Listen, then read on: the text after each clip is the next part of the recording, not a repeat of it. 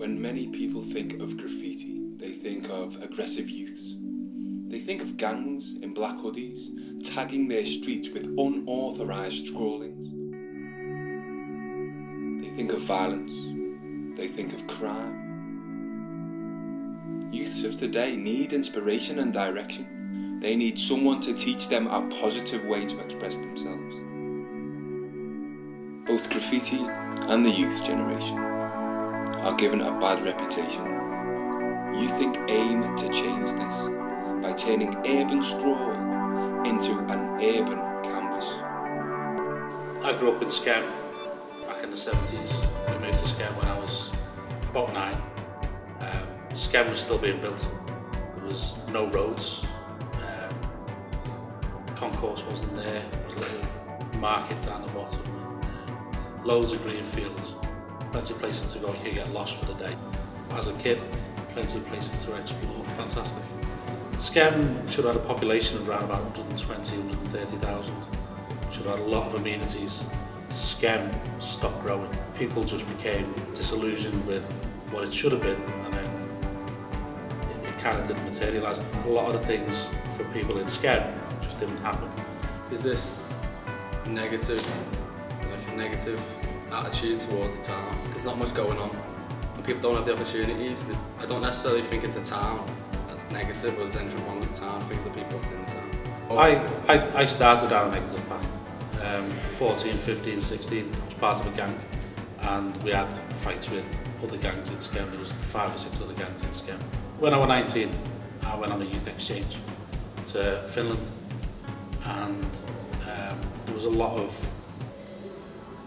discord between the youth workers and the young people. I was one of the older young people, and I was the one who negotiated between the young people and the youth workers and what time people had to be in and behaviour and all that type of stuff.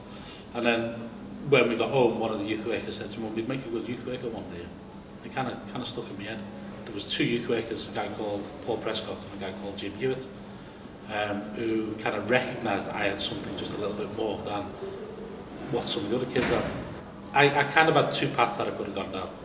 I could have stayed on the path of gangs, fights, stealing cars, smoking marijuana and all that type of stuff, or I could go down this path now. So now I've got 2 choices. I was a senior worker working for the youth service. I was working with young people that were really, really good at graffiti. So I went to the youth service and said, like, these kids are really, really good. They're so good. They're better than the organisations that we're bringing in to work with them.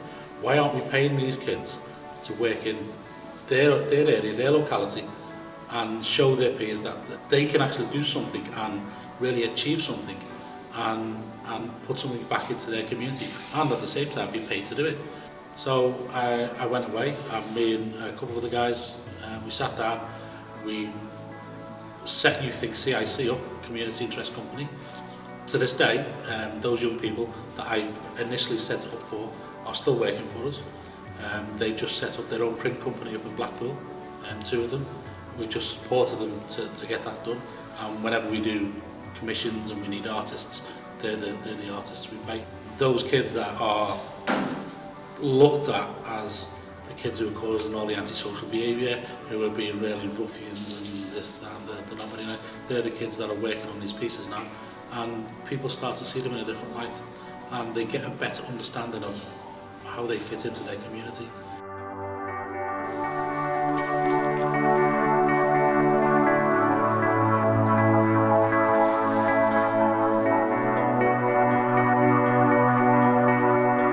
Two years ago we were asked by the council to begin this project around painting subways in Skem, and one of the subways that we were asked to do was the one at Latham. When we got there was 6 council workers painting the walls white for the 3rd time in 2 weeks, and they were painting out all kinds of penises and other swear words and different bits. And I said to the councillors, and it's like, how much does it cost to paint it out 3 times in 2 weeks? We paint it, we'll paint it once.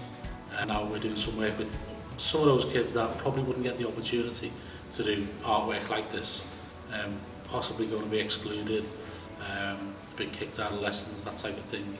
As the project goes on, we'll spend more time with those kids, get them to be planning the artwork that's going to go on in those subways, get them to look at colours, get them to look at what the words are going to say, and then actually teaching them how to do the artwork and the graffiti that's going to go on the wall. Everyone was coming up to me and said, "Oh, fantastic workshops, marvellous, really good weekend, loads of ideas, graffiti in there is fantastic." Well done. The self-esteem and the kind of buzz the kids got out of it was phenomenal.